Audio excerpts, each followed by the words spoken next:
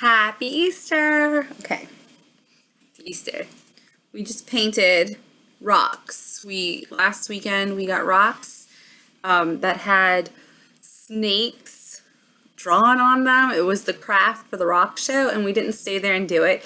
One, they were using Crayola markers, and two, we had gotten there late in a car accident, so we took our crafts home to do them to ensure that we got to do all the stuff that we couldn't take home.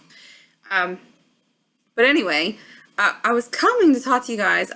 Tomorrow, we should see a shift in videos.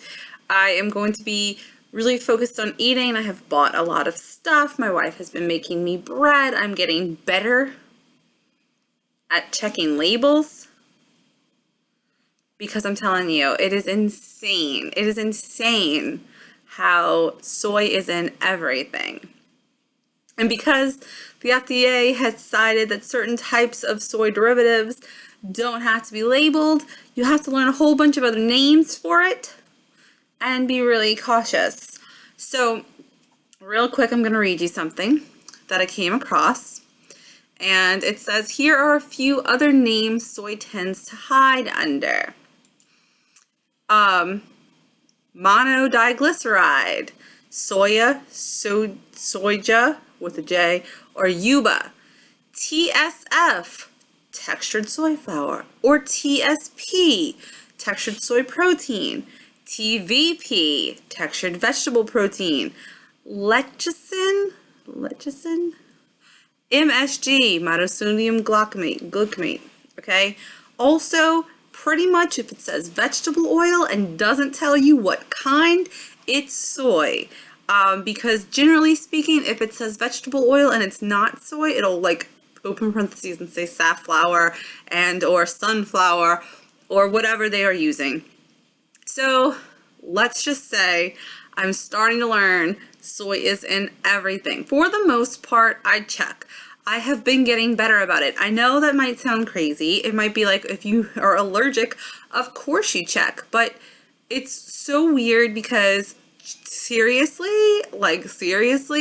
I would not assume that soy would be in some of these things. But, so, basically, I've been eating, like, veggies and stuff like that. There has been, okay, my food has not been great lately. I have not been feeling well, which you guys all know as well as I do, even though that's not an excuse, and eating crappy doesn't make you feel better. It is what happens. Just overall, things have just been stressful. We've been busy. I have not been feeling well. But a big thing that happened, and I am resolving it now, is that when we were packing, my New Wave oven had cracked again. And I was like, well, instead of ordering another one, let's just put it up because it takes up so much space and the kitchen looks bigger without it on the counter. Bad idea. Because literally it has changed. Like, we have eaten out more because cooking takes longer. I buy the veggies, but then don't cook them because roasting them means heating up the entire kitchen. It's ridiculous. So I ordered my New Wave oven dome. I'm very excited. It should be here soon. I am making the commitment, and it's, you guys know I use that like 4 times a day. So I'm very excited. But I was eating a lot of vegetables because it's one of the things I can eat. Great. And when I say one of the things I can eat like fish and stuff, the problem is without the New Wave, I have to remember to defrost that in time to make it for dinner. Because with the New Wave, I can cook from frozen. So I was not getting that done correctly. Anyway, so a couple of days ago, probably on Friday, I was like, I don't feel good. And I don't just not feel good, I feel like I've been eating soy. Like this feeling that I have come to know. I feel like horrible. And my stomach was really messed up, and I was like, oh, this is more than just nerves. Something is wrong. I have eaten soy somewhere. And I was like going over everything I had eaten, and I'm like, I know I checked all my labels. I know that like somewhere soy must have gotten into my diet. I don't know what's going on, right? So I said that to Amber. Amber was like, well, babe, like, I have to get better about tracking. That is definitely something that's going to help me track, because having it all logged really helps go back and see what it was you ate, so you know what you can double check to see what has what in it. But I was like, I mean, I'm pretty sure I can remember everything. It's been a lot of vegetables. The next day, Saturday, I was cooking for my wife and I was making asparagus. And I snapped the bottoms off, and I lightly spritzed them with avocado oil. Because, let me just tell you real quick, because I had bought the, like, you know, the nonstick spray, the canola oil one. I had a olive oil, canola oil. I think that's it for those. They both had soybean oil in them.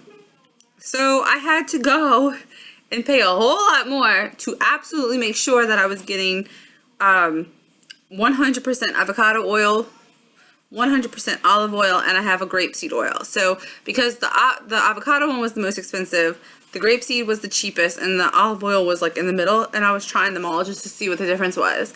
But they are all 100%. They're not like fortified or supplemented with soybean oil. Thank you. Anyway, so I lightly spritzed them, and I sprinkled on my favorite seasoning ever, which is French fry seasoning. I don't know. If you have watched my videos, you have seen this stuff, okay? And now that I'm telling you this, I'm starting to make other connections in my mind. But anyway, you have seen this, and you know that I love it.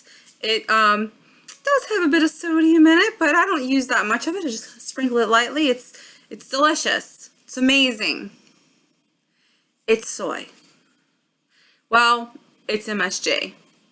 Salt, dehydrated vegetables, MSG, well, monosodium glutamate, black pepper, paprika, tricalcium phosphate, and extractives of paprika for color. But it's the MSG, which is most probably soy, that was kicking my butt. And actually, now that I'm telling you this, I realized that about probably I